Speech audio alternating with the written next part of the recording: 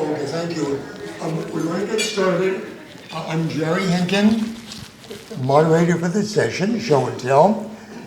And I want to welcome you all. I'm the president of the New York Nut Growers Association. You can buy a t-shirt at the exhibitors booth there and join us for our meetings during the year. Just by a show of hands, our last meeting in New York State was at Cornell University in 2021. How many of you were there? Raise your hands. Not that many, okay.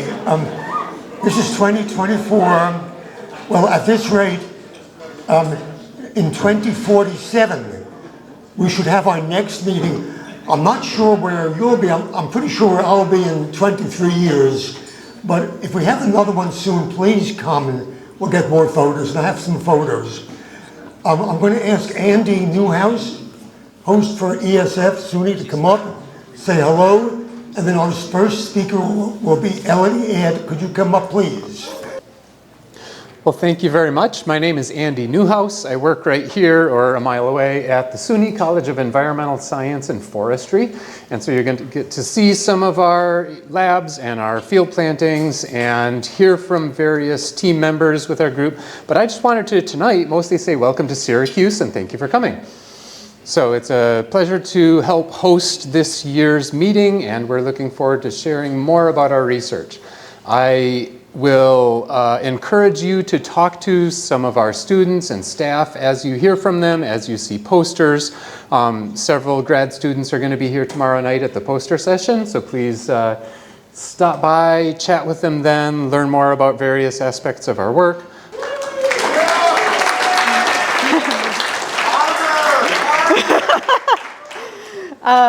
I just kind of want to echo Jerry and Andy a little bit and just thank everyone who, all the board members and everyone who makes the NNGA possible. It's all a volunteer effort, and I'm just so appreciative for this opportunity. So thank you for all your hard work. I didn't prepare any slides or anything. I just wanted to come up here and share about my project. My name is Elodie. I'm based in Western Mass. Thanks to a grant through Northeast SARE, I'm doing a project that's putting together a guidebook for chestnut growers in the Northeast. I'm also creating in-depth species profiles for mulberry, honey locust, and persimmon, also in more northern climates, and hopefully we'll be putting out a resource on yellowbud hickory as well. So I wanted to share my project with all of you because if any of you are growing any of these species, having experiences or interactions with any of them, I'm especially interested in zone 6 or colder.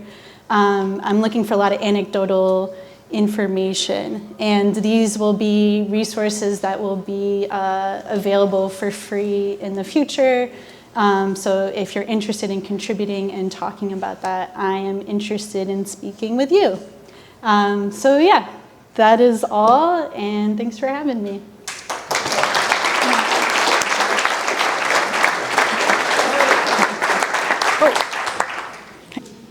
David Hlubik, am I pronouncing it correctly? Yes, Hlubik. Okay, thank you. Please introduce yourself in about 10 minutes, 12 minutes. Yeah, thank you for having me out. Appreciate it. So I'm David Hlubik. I just finished up as a graduate student in Dr. Molnar's lab at Rutgers, working on hazelnuts. And a big portion of my project was working on quantifying chilling and growing degree hour requirements in some of our new cultivars, as well as some diverse material. So that's what I wanted to share with you all here today. Yeah, right. So just to go over a little bit of background on dormancy, usually it's divided into 2 stages. Yeah, so the first stage is the chilling stage, or endodormancy. And this is essential for the life cycle, of course, of a lot of different temperate plants. That's how they're adapted to local conditions, particularly for plants that have a very large range from north to south latitudes. That's how they adapt to the different areas. And we really don't know a lot about chilling requirements in hazelnuts, particularly in any of our new varieties, cultivars that we're growing in the more northern region. There's a few different ways that you can measure chilling. Some people might be familiar with chilling hours. This is kind of the simplest method You just measure the hours between 0 and 7.2 Celsius cumulative throughout the season. The Utah chilling model, a little bit more advanced. You kind of weigh the temperatures. Some of the warm temperatures can negate chilling.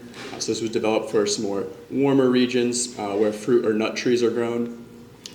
The last method is chilling portions, which we actually used in my research only because it's shown to be more accurate, particularly in warmer climates, but really across warmer and cooler climates. And it's a little bit more complicated system of measuring chilling, but it's accurate. And we use both the chilling hours and chilling portions method in the research I'm going to share with you today.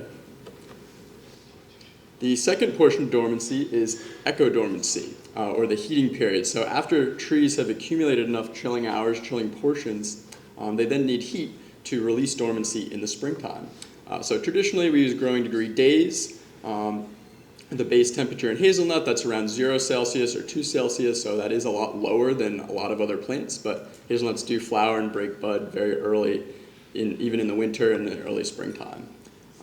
So we actually use growing degree hours. This is just a little bit more updated. It uses every hourly temperature rather than just your averages from the days. And we also see that from different years, this just shows the 3 years of the study that I did, there can be huge differences by the beginning of March in terms of how many growing degree hours you got compared to chilling, which on the last slide I showed was a lot more consistent between years. So a little background on hazelnut flowering and why we want to look into it. Hazelnuts are monoecious and wind pollinated, but they're also self-compatible with a sporophytic system of self-incompatibility. So that means that it's really important to have compatible pollinizers in the orchard. That's really critical for setting up a commercial orchard if you want to get good net set on your cultivars. Hazelnuts also flower very early compared to maybe more traditional like fruit crops. They can start flowering as early as late December or January in a warmer region, like say New Jersey, we're around zone 7. And they tend to follow the same pattern yearly, but in a colder or warmer year, the flowering of the same cultivar can vary by several weeks. And the time of flowering is based on the 2 dormancy periods that I just mentioned. Particularly the male flowers or the catkins are more sensitive to these temperature swings in the winter, especially once they start to elongate. The female flowers tend to be more cold hardy in hazelnuts. But really what's critical is overlapping the timing of the catkin pollen release with when the female flowers are receptive. And vegetative bud break happens around late March to early April, at least in our region. So for the study that I did for my dissertation, I had 11 Corylus avellana trees, so that included the new Rutgers cultivars, as well as some of our experimental cultivars, as well as the Beast, 6 diverse Corylus americana, the native hazelnut selections, and 24 hybrids. We are interested in some of the hybrids as pollinizers or maybe production cultivars in some colder regions. And all the material we tested has resistance or tolerance to eastern filbert blight, which of course is a very important breeding objective in hazelnuts. So we cut the stems weekly and brought them into a warm greenhouse. This is already shown to be a method that works for determining chilling requirements in hazelnuts, and it also works for some other fruit and nut trees. So we started that in mid-October. Those are our greenhouse conditions. Cut the bottoms weekly, change the water in the buckets, and we looked for if the flowers either elongated for the catkins, if 5 female flowers were open per stem, or 50% of the vegetative buds were open to determine the end of that dormancy period. And then in the field, we looked at phenology to try to see when the particular cultivars actually showed those stages in the field, and then you can make that calculation from when dormancy was complete to when it's shown in the field to see how many growing degree hours you need. So then we calculated the chilling portions or chilling hours as well as the growing degree hour requirements and statistically analyzed those. And that just shows you, it gives you an idea of the phenology stages that we're looking at in the field for the catkins, female flowers, and vegetative buds. So just to give a little overview, based on the 2 different species, Corylus avellana, or the European hazelnut, did tend to have lower chilling requirements and growing degree day requirements across the board for the 2 flower types as well as vegetative buds. And in addition, the phenology stage is lined right up with that. So the European hazelnut tends to be a lot earlier than the American hazelnut in the field. It can be as much as, if you look particularly with female flowers, it's over a month early. Like they average the 23rd of January in the European hazelnuts and all the way to the 3rd of March in the American hazelnuts. So quite a bit later for the native hazelnuts. And the hybrids kind of fell in the middle in pretty much all those categories, as expected, but we did have a lot of diversity in hybrid material. Now, overall, one of the things that we found from this experiment that we didn't know is how low the chilling requirements really are for hazelnuts, even in the Americanas.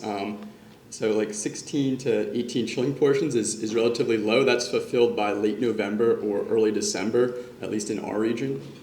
So we actually do see that some of that late fall heat or early winter heat, like in December, that's what's causing them to open around the end of December. They still do require a decent number of growing degree hours, but the chilling requirements are just so low in a lot of these cultivars that that's what's causing the early flowering. This just shows the chilling requirements for the 5 new released cultivars with Rutgers and OSU and some of our collaborators. So we can see that they're ranging from about 12 chilling portions to about 26 for catkins. So if you're more familiar with chilling hours, that's a range of around like 170 to a little over 400 chilling hours. So not really a lot of chilling hours in comparison to some crops. This is kind of more comparable to maybe like some peach varieties.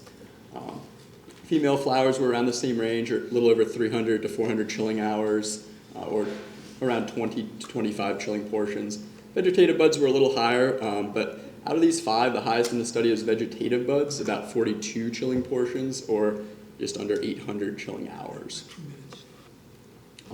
So really one of the takeaways was that we have plenty of chilling, even in zone 6 and 7, in kind of the warmer regions where we would be growing nuts, as we receive around 80 chilling portions, or about 1,400 chilling hours by March 1st. So just to wrap things up, quantifying these 2 requirements of dormancy are important. I think also for lining up different cultivars, we don't want ones that just flower at the same time. We also want to try to line up similar chilling and growing degree hours, because in different temperature scenarios in different years, that could cause a separation of flowering that we don't want. Generally, we did see that these requirements are higher in Corylus americana, but within both species and the hybrids, we did see a lot of variation. And so in released cultivars, it was 26 chilling portions or less for flowering, about 42 or less for vegetative buds. And it's not likely that hazelnuts are going to face issues with chilling in a lot of the regions. Most important thing is just getting that pollen out there at the right time, and some of these temperature fluctuations, just because they flower so early, making sure that you have that pollen shed right at the right time and making sure you have an overlap of cultivars and your pollinizers. So yeah, I just want to thank my advisor, Dr. Molnar, as well as the staff and all of our collaborators. Thanks.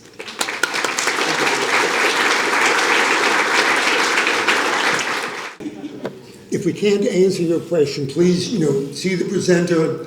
You can even call them on the cell phone here. Okay, just one brief announcement. Is Pam Walker here? Pam Walker. Okay, Pam, could you stand up and say hello? Some of you may know the history of the NNGA. Her grandfather, Dr. Robert Morris, was one of the founders in 1910, and we've had the pleasure of acquaintance since then, so we give a round of applause to you and your family.